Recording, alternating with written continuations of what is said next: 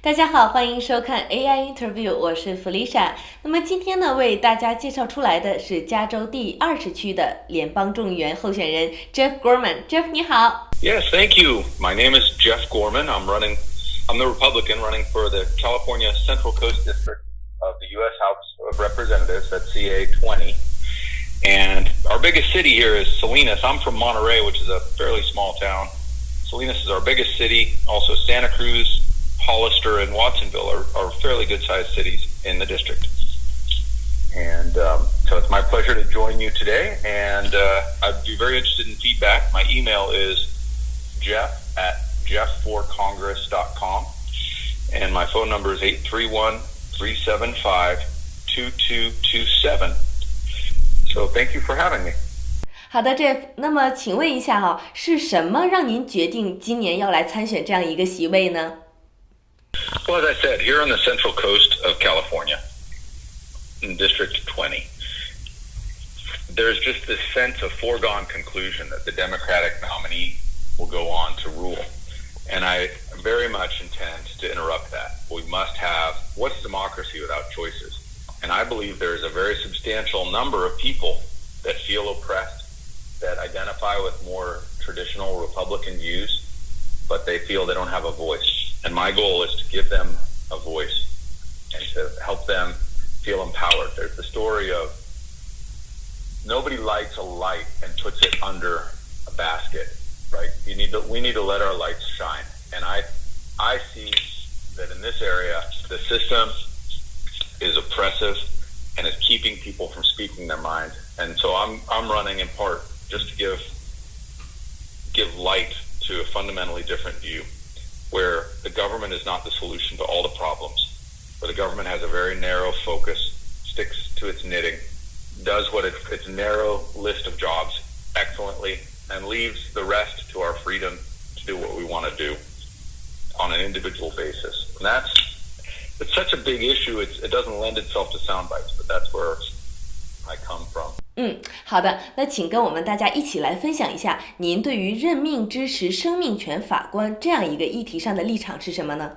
Question of life is the purpose of life is one of the most fundamental questions, and I believe all people have fundamental dignity. It's a gift from God to them, and I don't think that religion and science are naturally opposed. Actually, I believe a person that's dedicated to God will learn about the natural world, and science is a very valuable tool about that. And science has changed quite a bit about the concept of pro-life. Obviously, there's a point at which there's no evidence of biological life, and then there's a point of conception, and then there's a development of a child before it's born. And science has proven since 1973 so many ways of observing the development of the child. And we can see that, one of my favorite stories is Ben Carson, who's now the HUD Secretary for the United States Housing and Urban Development Secretary. He's a medical doctor, and he talked about performing procedures on a fetus, on a baby that's in the womb, and that they do it at a point when it's very early in development, but if the procedure triggers a premature birth, they are prepared to conserve that life, and the babies can survive after a premature birth triggered by these procedures. So I think it's important for the legal system, the judges, to acknowledge that science has progressed on when life begins, and babies are viable much more early than full term, and that we ought to really acknowledge that in our legal system.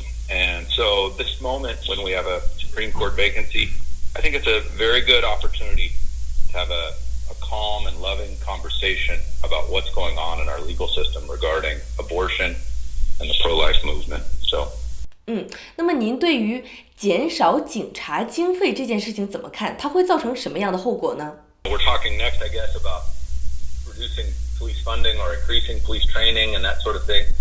And absolutely, the judges and the prosecutors are critical to police work and police having good guidelines, very firm rules and guidelines, so that their morale is improved. And this idea that the Democrat Party has come up with of reducing funding for police is the exact wrong direction. If anything, if they're concerned about the quality of policing, we need to increase funding and work hard to ensure they have good morale, that the police officers know what they're doing, training, and they're very pleased to do it and feel supported by the community, which will affect their morale. And I think that's a much more important issue. To defend the police and to fund the police, much more important than the direction the Democrats seem to want to go. 好的 Jeff， 那么其实呢我们大家都知道啊，现在最近有一个议题非常的热门，就是关于说学校选择，包括可以选择私立学校。那么您对于这个教育政策的立场是什么呢？ Schools actually come back to the role of parents, in my view. The earliest teachers for children are parents, and from the earliest days, children are like sponges for information. So good, well-prepared parents can help children to have an excellent education experience, regardless of what school they go to. The parent plays a big role. And what I like about school choice is that the choice falls to the parent, and the parent can put the direction in front of the child that will be best for them in the parent's view, and the child can respond to that. When you just send a child to a monolithic school and you keep people working so hard and frazzled that they can't spend time with their kids to teach them, it's not the optimal situation. So I'm a very strong believer that the money should follow the child, and that the government should take a much more deferential path towards helping parents educate children, to let the parents take the lead.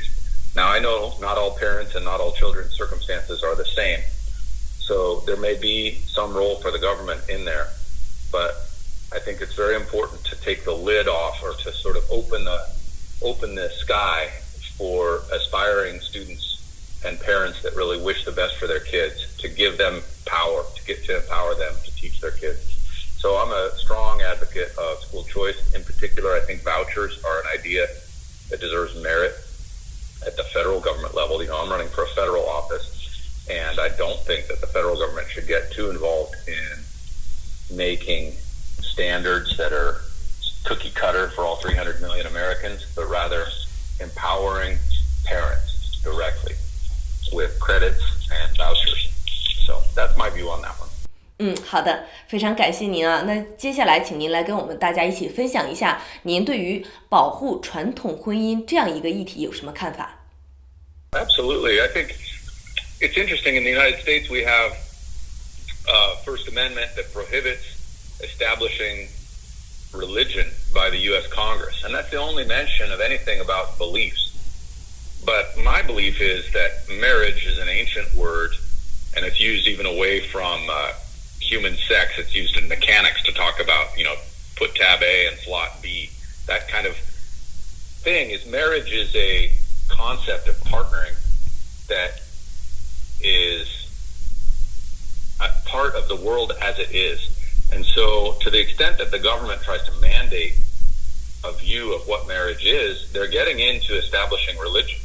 It really, I have a very libertarian view of this. I actually think that the government should not be involved in marriage, that marriage is almost a religious word. And so now I don't subscribe to the idea of some of the things we see going on in our society, but I don't think it's the government's role to enforce that on people. And so my thought is very complex. From where we stand now legally, I would say that we need to slow down and respect the way the natural world is, and look at what has worked for humanity for years. And for that reason, I think tradition is an important word in there. But I don't want to have the government be heavy-handed in telling people what to do on their own. I think America has a very strong expression of freedom, and that includes some people that don't see the world the way I do. They also should enjoy freedom. So I don't know if that answers the question, but traditional marriage of a man and a woman is obviously the way that history has found the humans to be most productive, and I think we should at least honor that and not erode that as a government. 好的，那么下面请您来跟我们大家一起分享一下您对于联邦强制性的医疗保健这个议题上您的立场是什么？ With regard to federal mandates on individuals, I think that the Constitution really doesn't allow, it's a big stretch to say that the federal government should be getting involved in individual health care choices. However, the federal government does have the power of money, and they can subsidize things. So I would vote against Obamacare, but I do think it's good for the government to have an eye towards encouraging good health. I don't really have a lot to say about federally mandated health care. I think Obamacare is a disaster. I think that the individual health mandate was very unpopular, and it was put upon the American people as a fraud, and President Trump lied. And President Obama lied when he said, if you like your doctor, you can keep your doctor. If you like your plan, you can keep your plan. I actually was not able to keep my plan. The new plan I was able to get here in California did not have a contract with the doctor that I had at that time, and I felt extremely lied to, and it really did motivate me to look at running for office, because I thought, how can the government take this on and mess up my personal health care and my family's health expense? By the way, the new plan that I had, I was literally paying triple for a 50% higher deductible in just 5 years. So the Affordable Care Act, which is known as Obamacare, was a complete disaster. I believe in the free market.